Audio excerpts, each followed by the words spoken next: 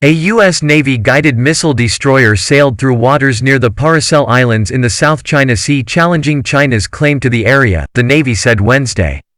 Later on, the U.S. Navy's 7th Fleet said in a press release that on Thursday it had sent the USS Montgomery and transport ship USNS Cesar Chavez near the West Capella, the oil exploration ship which is operating within Malaysian waters. Meanwhile, the U.S. Navy was targeting China with live-fire missile tests in the Philippine Sea last week, sending a message that it was up to the challenge of the PLA's new advanced systems, military analysts said. In the drill in waters east of the Philippines on Thursday, the guided missile destroyer USS Barry launched a medium-range Standard Missile-2, the U.S. 7th Fleet said on its Facebook page. It was accompanied by the guided missile cruiser USS Shiloh, which also launched an SM-2 during the drill. Later on, 4 B-1B bombers and about 200 airmen from Texas arrived in Guam on Friday to conduct training and operations with allies and partners, the Air Force said. Later on, the Global Times editor he tweeted about the post on Friday. I said on Chinese social media that China needs to expand the number of its nuclear warheads to over 1,000 to strengthen nuclear deterrent, given U.S. rising strategic ambitions and impulses targeting China, who wrote. It received over 60,000 likes. China pledges no first use and it loves peace. Here are all the details.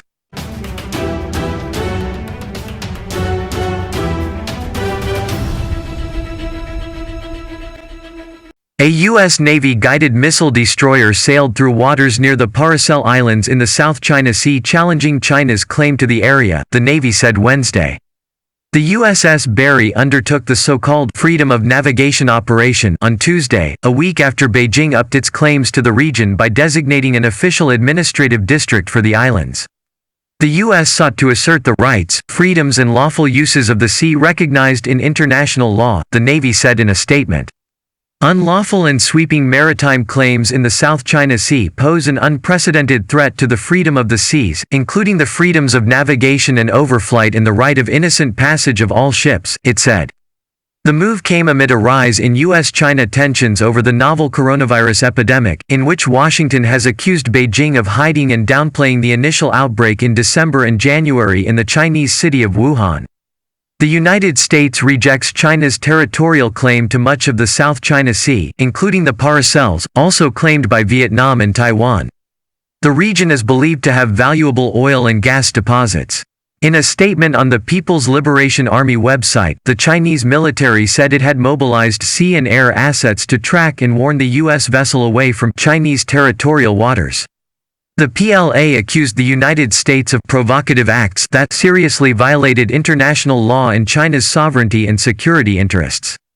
The U.S. action was also incompatible with the current joint efforts of international community to fight against the COVID-19, it said. Last week China sought to further advance its territorial claims when it announced that the Paracel and nearby Spratly Islands, the Macclesfield Bank and their surrounding waters would be administered under 2 new districts of Sancha City, which China created on nearby Woody Island in 2012. It also announced official Chinese names for 80 islands and other geographical features in the South China Sea, including reefs, seamounts, shoals and ridges, 55 of them submerged in water.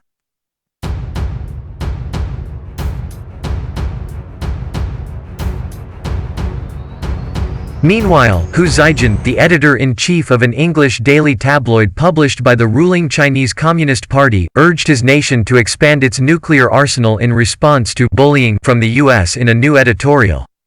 In the article published by the Global Times on Saturday, Hu argued that China needed to build up its stockpile of nuclear weapons as a deterrent, as U.S. officials have been increasingly critical of the Chinese government amid the coronavirus pandemic. The editor argued that this would safeguard national security. Continuing, the editor argued that the U.S. was currently more likely to exert all its power at its disposal to suppress and intimidate China. He warned that China needs to possess the real power to prevent the U.S. politicians from gambling with its nuclear armament and harming China. The Global Times editor previously posted his suggestion to the Chinese social media platform Weibo. He tweeted about the post on Friday. I said on Chinese social media that China needs to expand the number of its nuclear warheads to over 1,000 to strengthen nuclear deterrent, given U.S. rising strategic ambitions and impulses targeting China, Hu wrote. It received over 60K likes. China pledges no first use and it loves peace.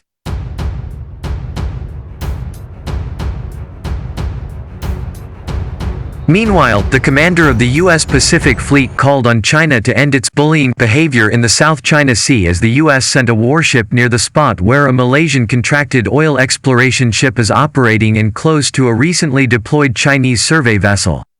The U.S. Navy's 7th Fleet said in a press release that on Thursday it had sent the USS Montgomery and transport ship USNS Cesar Chavez near the West Capella, the oil exploration ship which is operating within Malaysian waters. The Chinese survey ship Haiyang DG-8, escorted by China Coast Guard (CCG) ships and maritime militia, has been conducting a survey nearby since April 15. That is widely viewed as an attempt to intimidate Malaysia out of exploiting resources in waters that China also claims. The USS Montgomery is the second American littoral combat ship to sail in that area of the South China Sea within 2 weeks, after the USS Gabrielle Giffords patrolled there on April 26. The Chinese Communist Party must end its pattern of bullying Southeast Asians out of offshore oil, gas, and fisheries. Millions of people in the region depend on those resources for their livelihood, ADM. John Aquilino, commander of the U.S. Pacific Fleet, said in a press release. Tensions have been rising in the resource-rich South China Sea, which China largely claims for itself, notwithstanding conflicting territorial claims involving 5 other governments. Assertive behavior at sea and recent Chinese declarations of administrative authority over the contested area have drawn protests from both neighboring countries and the U.S. government. China frequently sends research vessels, Coast Guard ships, and paramilitary forces to assert its claims. The CCG is much bigger and better armed than most navies in the region, including that of Malaysia. But experts said that by sending ostensibly civilian law enforcement ships, China increases pressure on its rivals without allowing territorial disputes to spiral into war.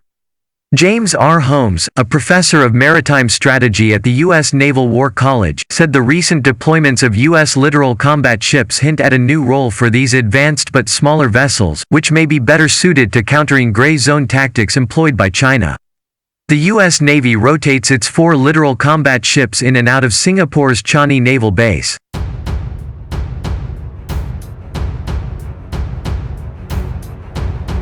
Meanwhile, 4 B-1B bombers and about 200 airmen from Texas arrived in Guam on Friday to conduct training and operations with allies and partners, the Air Force said. The Lancers and airmen flew in from the 9th Bomb Squadron, 7th Bomb Wing, at Dyess Air Force Base, Texas, the service said in a statement Friday. They were deployed to support Pacific Air Forces in training allies and partners and to reinforce the rules-based international order in the Indo-Pacific region through strategic deterrence missions, the statement said. The Air Force did not disclose the length of the deployment. 3 of the bombers flew directly to Andersen Air Force Base on Guam, while the 4th flew east of Japan to train with the U.S. Navy before joining the others, the statement said. Deployments like this allow our airmen to enhance the readiness and training necessary to respond to any potential crisis or challenge across the globe, Wing Commander Colonel Ed. Sumangal said in the statement. It also provides a valuable opportunity to better integrate with our allies and partners through joint and combined operations and exercises. 2 weeks ago, the Air Force abruptly ended its longtime practice of rotating bombers through Andersen for 6-month intervals, opting instead for a less predictable means of deploying the aircraft throughout the globe. The Air Force had used those Guam-based bomber missions to patrol over the East and South China Seas as a means of projecting U.S. air power and resolve to North Korea, China and Russia. B-1s were last deployed to the Indo-Pacific region in 2017, the Air Force said. The B-1 is valued for its capability to carry a larger conventional payload of both guided and unguided weapons than the B-52. The B-1 is able to carry a larger payload of joint air-to-surface standoff missiles and a larger payload of 2,000-pound class joint direct attack munitions, Lieutenant Colonel Frank Welton, Pacific Air Force's Chief of Operations Force Management, said in the statement.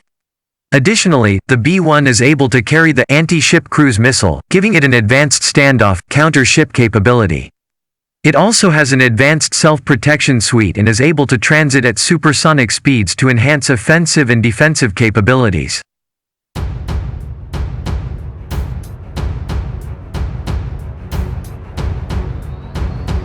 Meanwhile, the U.S. Navy was targeting China with live-fire missile tests in the Philippine Sea last week, sending a message that it was up to the challenge of the PLA's new advanced systems, military analysts said.